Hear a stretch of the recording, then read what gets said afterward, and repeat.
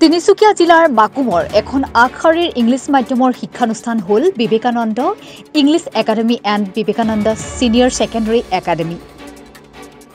2001 চনতে প্ৰতিষ্ঠা হোৱা এই একাডেমীখনে প্ৰতিটো বৰ্ষতে 100% নম্বৰেৰে সুখ্যাতি অৰ্জন কৰা এই একাডেমীখনৰ আজি বৰ্ষপূৰ্তি উপলক্ষে বিস্তৃত এদিনীয়া কাৰ্যসূচীৰে উদযাপন কৰে বৰ্ষপূৰ্তি অনুষ্ঠান।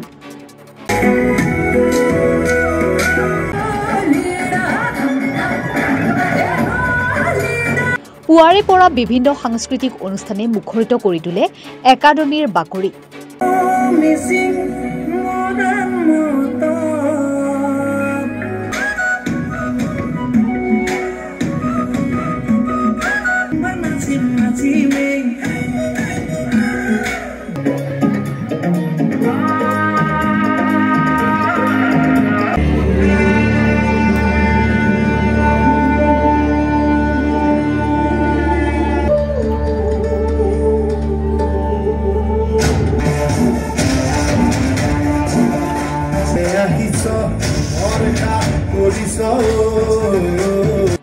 ছাত্ৰ-ছাত্ৰীসকলৰ লয়লাস নৃত্যৰ ভংগীমাৰে অভিভূত কৰি তোলে প্ৰতিজন দৰ্শকক।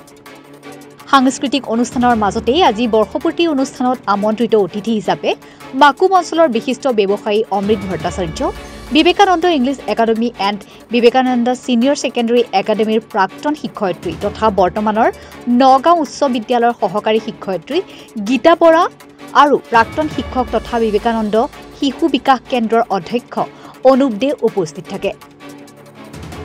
উপস্থিত আমন্ত্ৰিত অতিথিবৃন্দক একোখনকৈ ফুলাম গামোচেৰে স্কুল কৰ্তৃপক্ষই কৃতজ্ঞতা জ্ঞাপন কৰে।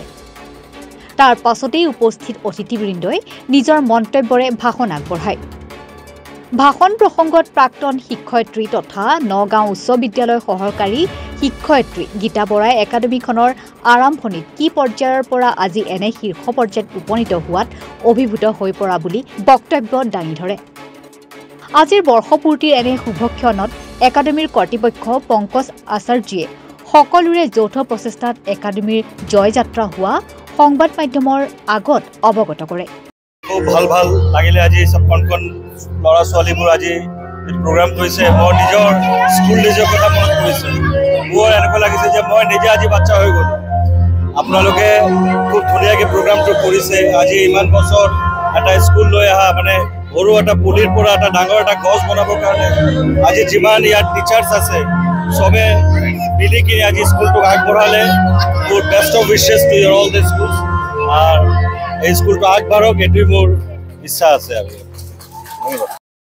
এইটো আমাৰ সকলোৰে যৌথ প্ৰচেষ্টা। আমি একচুৱেলি 2001ত এই স্কুলটো ষ্টাৰ্ট দিছিলোঁ। 2000 ষ্টাৰ্টৰ পৰা আমাৰ জাৰ্ণি আৰু 2011ত আমাৰ প্ৰথম মেট্ৰিকৰ বেচ দিয়ে 100% ৰেজাল্ট। তাৰ পৰা আমি কণ্টিনিউ 100% ৰেজাল্ট পাই আছোঁ। আৰু এটা কথা, আমাৰ ইয়াৰ স্কুলৰ যিবিলাক মেট্ৰিকৰ ষ্টুডেণ্ট এইবিলাক ভাল পাছ কৰে, ফাৰ্ষ্ট ডিভিজন বেছিভাগ লেভেললৈ পাছ কৰে, সেইটো বেয়া কিন্তু স্কুল গুচি যায়।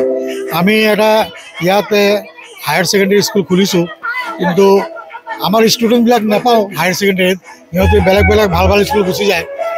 আৰু বেলেগ স্কুলত যিবিলাক এই থাৰ্ড ডিভিজন বা কম্পাৰ্টমেণ্টেল পাছ পোৱা সেইবিলাক লৈ যোৱা বছৰ আমি 12ত পৰীক্ষা দি আছিলোঁ আৰু তাতে 100% ৰেজাল্ট পাইছোঁ। এইটো চবৰে আশীৰ্বাদ, চবৰে সহযোগিতা। আজি এইটো স্কুল 100% ৰেজাল্ট কৰি গৈ আছে। মেট্ৰিকতো আৰু হায়াৰ ছেকেণ্ডেৰীতো এইটো ওপৰৰ কৃপা আৰু চবৰ সহযোগিতা বুলি মই ভাবোঁ। ধন্যবাদ। কৰ্তৃপক্ষক সকলোকে মই ধন্যবাদ জনাওঁ। আমি ইয়াত আগত নিজে এজন শিক্ষক আছিলোঁ আৰু সেই শিক্ষকৰ মৰ্মে আমি ইয়াত আৰু ইয়াৰ নিজে বাসিন্দাও আমি ইয়াত, তো আমি তেওঁলোকক ধন্যবাদ জনাওঁ যে আমাক ইয়াত উপস্থিত থাকিবৰ কাৰণে আমাক অনুৰোধ জনাইছিল। আমি সেই মৰ্মে ইয়াত আহিছোঁ আৰু মই এই বিদ্যালয়ৰ কৰ্তৃপক্ষক ধন্যবাদ জনোৱাৰ লগতে এই বিদ্যালয় আৰু যাতে উন্নতি হওক সেই হিচাপে আমি তেওঁলোকক মনৰ ফালৰ পৰা এটা শুভকাংক্ষা আমি প্ৰেৰণ কৰোঁ। ধন্যবাদ। মাকুমৰ পৰা ৰাতুল ডেকাৰ ৰিপৰ্ট, ৰিপাব্লিক নিউজ।